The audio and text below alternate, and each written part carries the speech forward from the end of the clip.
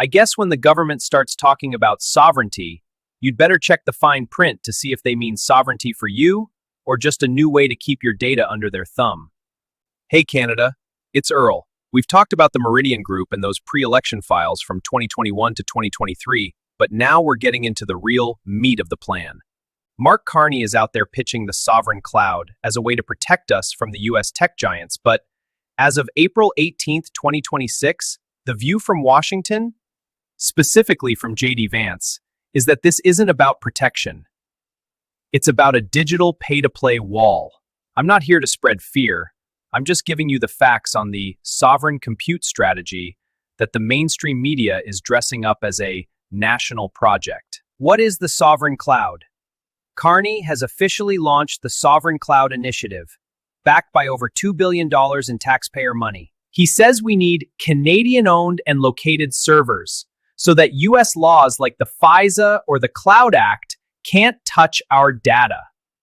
He's using his new Major Projects Office to fast-track AI inference campuses and data centers across the country, powered by our clean energy.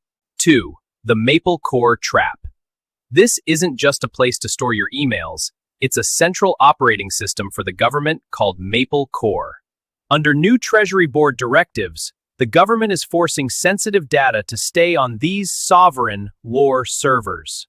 While Carney says this is for security, the Meridian files allegedly show that this architecture was designed to allow Canada to bypass CUSMA trade rules. By calling it national security, Carney is trying to block US tech companies from competing for government contracts, effectively handing the keys to a small group of homegrown providers like OpenText and ThinkOn. 3. Why JD Vance is pushing back. This is where the files hanging over Carney's head come into play. JD Vance and the US Trade Representative Jamieson Greer aren't buying the security excuse. The US sees the sovereign cloud as a digital trade barrier. They argue that if Canada blocks US firms from the cloud market, it violates our non-discriminatory access commitments in CUSMA. The US reportedly has the internal memos from those Meridian Group meetings in 2022. These files allegedly show that the sovereign cloud was specifically designed as a workaround to keep taxing US companies through things like the digital services tax, while hiding behind a security label. Why does this matter to you? Because Carney is spending $2 billion of your money to build a cloud that might be obsolete before it's finished. If we cut ourselves off from the world's best tech to use a sovereign version that isn't as good, our economy slows down even more. While Carney warns about becoming a digital colony of Silicon Valley, critics argue he's just turning us into a digital colony of Ottawa, where the government decides who gets to see your data and which approved companies get the contracts.